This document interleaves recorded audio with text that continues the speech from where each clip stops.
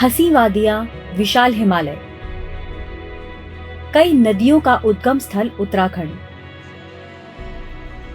हृदय और आत्मा को शांति देने वाले प्राचीन धार्मिक और तीर्थ स्थान, दिल को सुकून पहुंचाने वाला ऐसा प्रदेश जहां कोई एक बार आ जाए तो दोबारा आने से खुद को रोक नहीं सकता। अमूमन टूरिस्ट और तीर्थ यात्रियों की भीड़ को समाहित करने वाला उत्तराखंड 8 और 9 दिसंबर को एक अलग तरह के समागम का साक्षी बना। वो था ग्लोबल इन्वेस्टर समिट 2023, जो राजधानी देहरादून में आयोजित हुआ। हम देवभूमि उत्तराखंड की धरती पर मौजूद है, जहां पर बहुत ही खास आयोजन हुआ है। देश की अर्थव्यवस्था को नए आयाम देने के लिए और उत्तराखंड की इकोनॉमी को रफ्तार देने के लिए यहां पर ग्लोबल इन्वेस्टर समिट 2023 का आयोजन किया गया, जिसका उद्घाटन प्रधानमंत्री नरेंद्र मोदी ने किया। देश के जाने माने उद्योगपतियों के अलावा यहां पर हजारों निवेशक और विदेशी प्रतिनिधि भी शामिल हुए हैं। उत्तराखंड के लोगों को भी ये उम्मीद है कि इस निवेशक सम्मेलन से विकास के नए अवसर जो हैं वो यहाँ पर खुलेंगे। इसके अलावा इस निवेशक सम्मेलन में 3 लाख करोड़ के MOU साइन हुए हैं और 44,000 करोड़ की ग्राउंडिंग हो चुकी है। इस सम्मेलन से उत्तराखंड में निवेश की राह खुली। 2 दिनों के ग्लोबल उत्तराखंड इन्वेस्टर समिट से 3,50,000 करोड़ से ज्यादा के MOU साइन हुए। वहीं इस बार रिकॉर्ड तोड़ 44,000 करोड़ से ज्यादा के MOU धरातल पर उतर चुके हैं। उत्तराखंड एक संसाधन संपूर्ण राज्य है और यही वजह है कि निवेशक यहाँ पर अपार संभावनाएं देख रहे हैं। देहरादून के वन अनुसंधान संस्थान में आयोजित भव्य कार्यक्रम लोकगीतों की मधुर वाणी के साथ प्रधानमंत्री और सभी अतिथियों का स्वागत किया गया। इस दौरान तमाम विदेशी प्रतिनिधि और निवेशक शामिल हुए।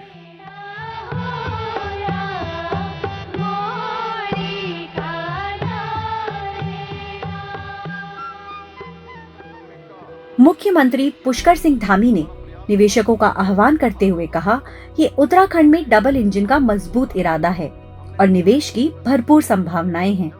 उन्होंने कहा कि हम ऐसी नीतियां लाए हैं जो निवेशकों के सपनों को साकार करने में सहायक सिद्ध होंगी।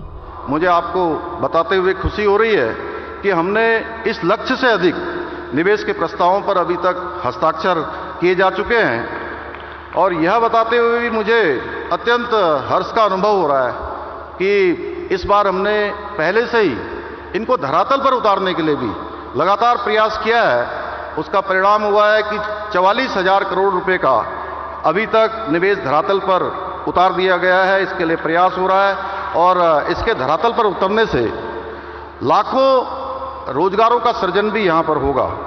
भाइयों बहनों, जितना मैं समझ पाया हूँ उसके अनुसार एक निवेशक को अच्छा बिजनेस एटमॉस्फेयर, अच्छी कानून व्यवस्था, इन्वेस्टमेंट फ्रेंडली नीतियाँ और बेहतर कनेक्टिविटी तो चाहिए ही, साथ में सबसे महत्वपूर्ण अच्छा स्वास्थ्य और अच्छी आबो हवा भी है।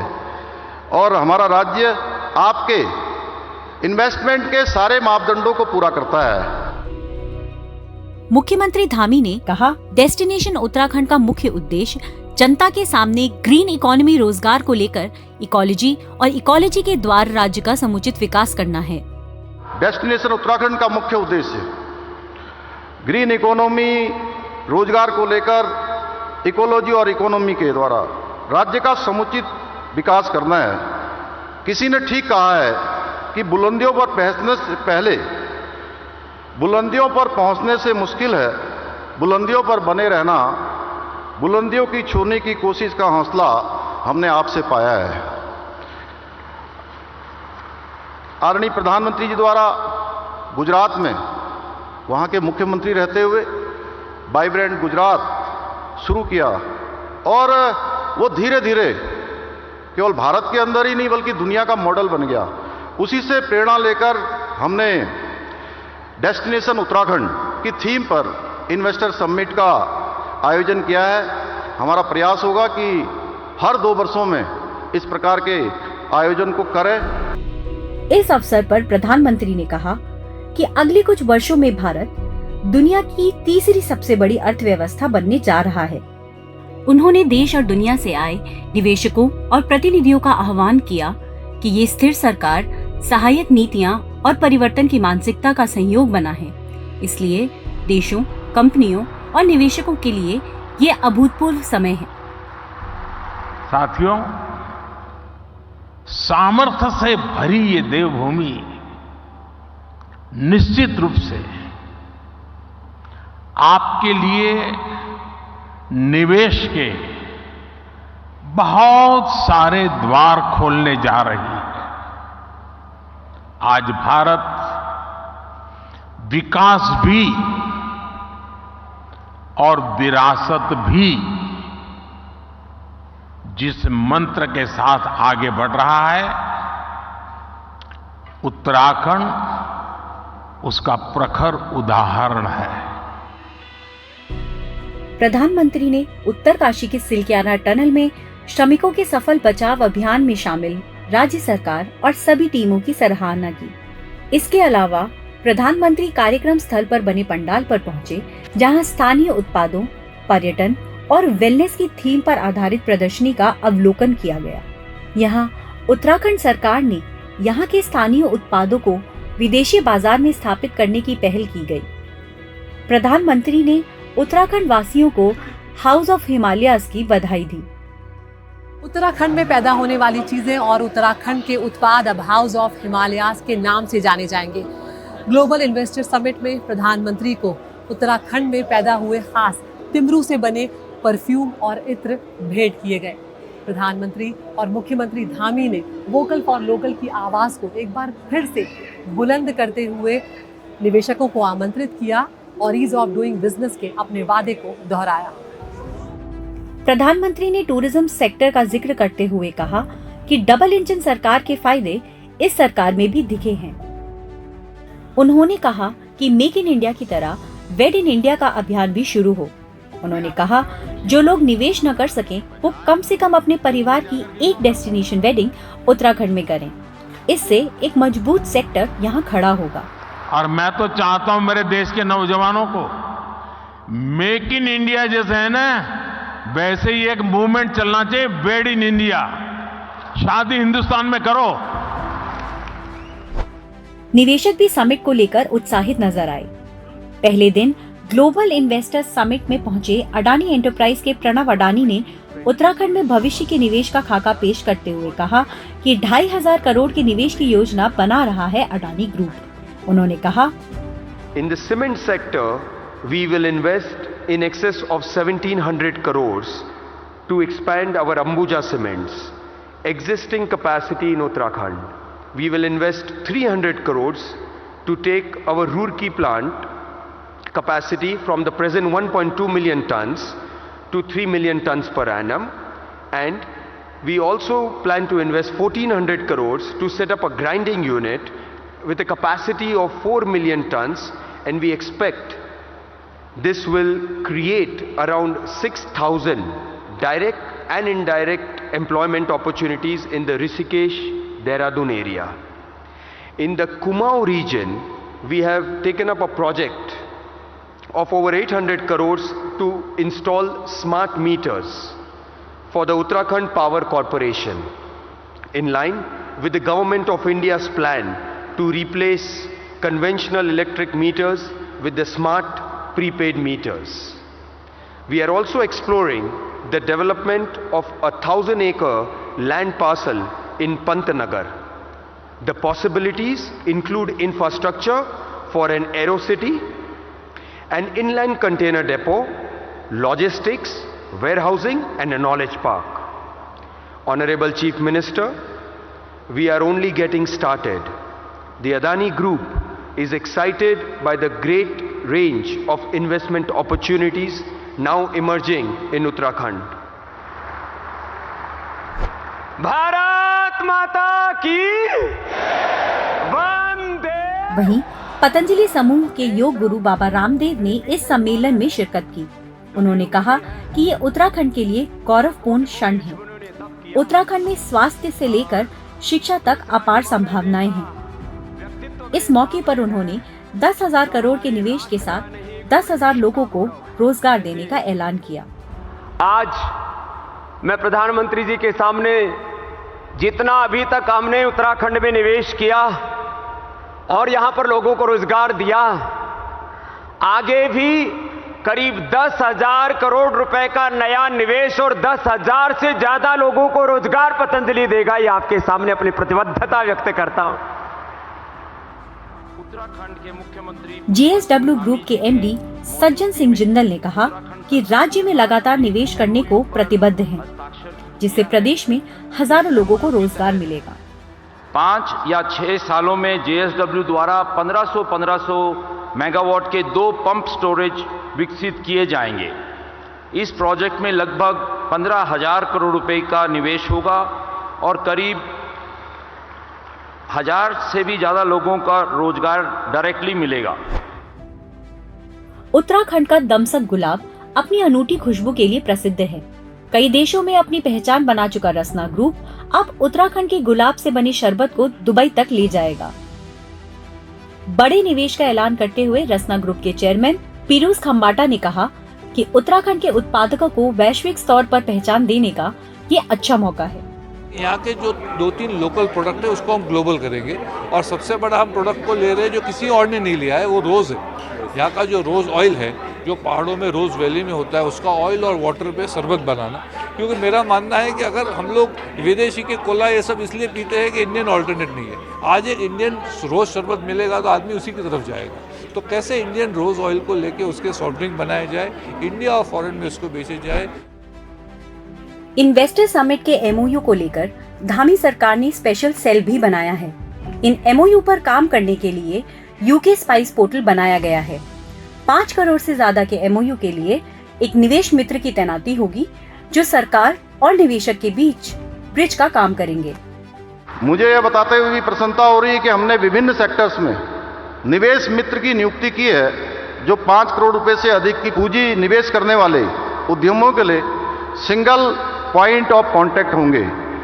उत्तराखंड में किया गया निवेश सुरक्षित हाथों में है और हम आप सभी को यह विश्वास दिलाते हैं कि हमारे प्रधानमंत्री जी के नेतृत्व में उत्तराखंड में निवेश करने पर आपको किसी भी प्रकार की किसी समस्या का सामना नहीं करना पड़ेगा।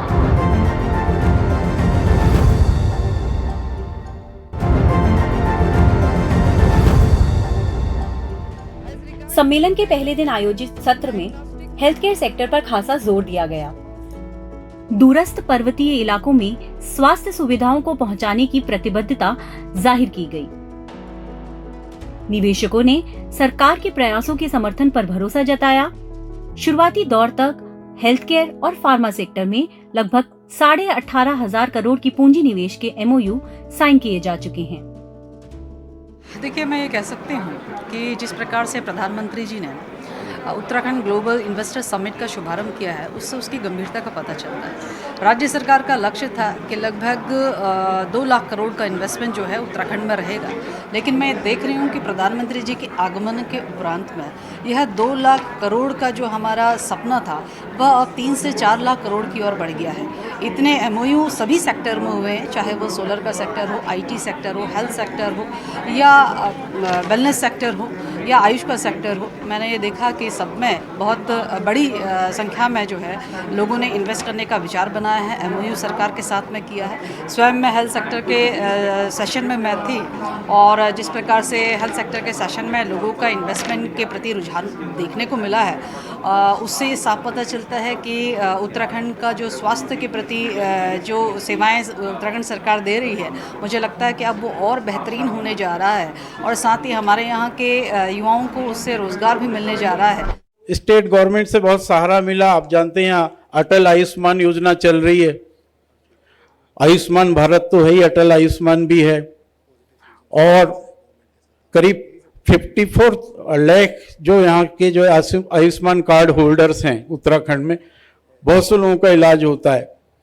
और ये मतलब आज से आप 8-10 साल 12 साल पहले तो सोच ही नहीं सकते थे, आप सपने में भी नहीं सोच सकते थे कि इतनी बीमारियां, कठिन से कठिन बीमारियां जो है स्टेट गवर्नमेंट जो है फ्री में इलाज करवा देगी, स्पॉन्सर करेगी।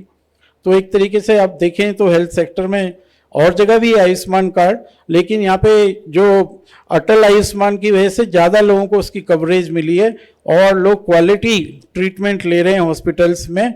और एक चीज़ अभी यहाँ पे जो लोग सोच रहे होंगे कि गवर्नमेंट के साथ टाई अप करेंगे तो पेमेंट कैसे होते होंगे, पेमेंट्स में कोई डिले नहीं है। उत्तराखंड में निहित शिक्षा के सामर्थ्य को संवारने के लिए इन्वेस्टर समिट के तहत विद्यालय उच्च शिक्षा का सत्र आयोजित हुआ। सत्र में शिक्षा मंत्री डॉक्टर धन सिंह रावत ने निवेशकों का आभार व्यक्त करते हुए कहा कि राष्ट्रीय शिक्षा नीति 2020 ने देश की शिक्षा व्यवस्था को नया स्वरूप प्रदान किया है। फिलहाल 22 निजी विश्वविद्यालय सहित 275 निजी महाविद्यालय शिक्षा के क्षेत्र में काम कर रहे हैं। उच्च शिक्षा सचिव शैलेश बगोली ने कहा कि सभी बच्चों को शिक्षा के साथ गुणवत्ता युक्त शिक्षा देने के लिए राज्य प्रयासरत है। इस समिट में शिक्षा के क्षेत्र में हुए करार से उम्मीद है कि जल्द पहाड़ी क्षेत्रों में नौनिहालों को शिक्षा का लाभ मिलेगा। अभी जो सत्र हुआ है इसमें लगभग 9,000 करोड़ रुपए के एमओयू हैं और अधिकांश लोग यहाँ हॉस्पिटल खोलना चाहते हैं, मेडिकल कॉलेज खोलना चाहते हैं, विश्वविद्यालय खोलना चाहते हैं, हमारे यहाँ रेजिडेंशियल स्कूल खोलना चाहते हैं। और सबका ये मानना है कि उत्तराखंड में अपार संभावनाएं भी हैं और यहाँ की सरकार जो है हमेशा निवेशकों के साथ खड़ी रहती है कि अगर कोई किसी को दिक्कत नहीं होनी चाहिए। आज इतनी खुशी की बात है, सारे माँ बाप कहते हैं कि हम लोग नहीं पढ़े, मगर मैं चाहते हैं कि हमारी बेटियां अपने बलबूते पे अपनी जिंदगी चलाएं, independence of the woman, and that is through education. Unless we focus on value based education, meaning developing a skill set which gives employment of a kind which satisfies and energizes a person. That is what we should focus on. सम्मेलन के अंतर्गत real estate sectoral सत्र में उत्तराखंड के प्रति लोगों में साल दर साल बढ़ रहे आकर्षण पर बात हुई। शहरी विकास और आवासीय मंत्री ने बताया कि जहां 4 धाम यात्रा में पिछले साल 46 लाख लोग पहुंचे थे, तो इस साल 56 लाख श्रद्धालु पहुंचे हैं। उन्होंने बताया कि आने वाले दिनों में हरिद्वार ऋषिकेश का वाराणसी की तर्ज पर कायाकल्प किया जाएगा। भारत सरकार के आवास व विकास मंत्रालय के आर्थिक सलाहकार दिनेश कपिला ने कहा कि 2016 में रेरा कानून के आने के बाद से इस क्षेत्र में पहले की तुलना में लोगों का विश्वास बढ़ा है।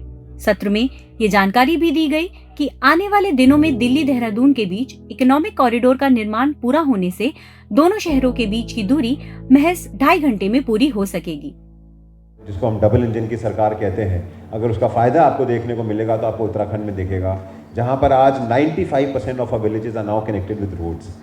We have good air connectivity, we have good rail connectivity, we are the new railway line which is coming from Rishikesh to Kanprayag, हमारे बागेश्वर से Tanakpur, these are the Pantnagar airport का expansion, देहरादून airport का expansion, these are the things that are only possible because केंद्र में हमारे प्रधानमंत्री नरेंद्र मोदी जी बैठे हैं, जिनको उत्तराखंड से कुछ बहुत ज़्यादा प्यार है। तो पोटेंशियल डिमांड की कोई कमी नहीं है। As a state and as a stakeholder of the state, co-developer, we both have to just join hands, do plan development and give the supply in the right way possible so that we are not facing any issues on a long-term basis. Uttarakhand में पलायन एक बड़ा मुद्दा है। उस नब्ज को भी मुख्यमंत्री धामी ने छुआ। उत्तराखंड को आईटी हब बनाने का वादा करते हुए युवा पीढ़ी को निवेश के जरिए प्रदेश में ही रोजगार का वादा किया। हम नौजवानों को प्रदेश में जो इंडस्ट्री का आईटी हब बनाना चाहते हैं, हम प्रदेश में स्थित हमारे जो एक से एक आज विश्व स्तरीय संस्थान हैं, पंतनगर विश्वविद्यालय, IIT Roorkee, FRI, IIM Kashipur जैसे विश्व स्तरीय संस्थाओं से निकलने वाली हमारी युवा पीढ़ी को राज्य के अंदर ही रोजगार भी देने के लिए हम प्रयास कर रहे हैं। उत्तराखंड एक संसाधन से संपूर्ण राज्य है और यही वजह है कि निवेशक यहाँ पर अपार संभावनाएं देख रहे हैं। अब सरकार की ये कोशिश और जिम्मेदारी होगी कि वो विकास और पर्यावरण के बीच एक संतुलन बिठाकर आगे का रास्ता खोले, ताकि रोजगार के नए अवसर भी पैदा हों और अर्थव्यवस्था भी तेजी से रफ्तार पकड़े।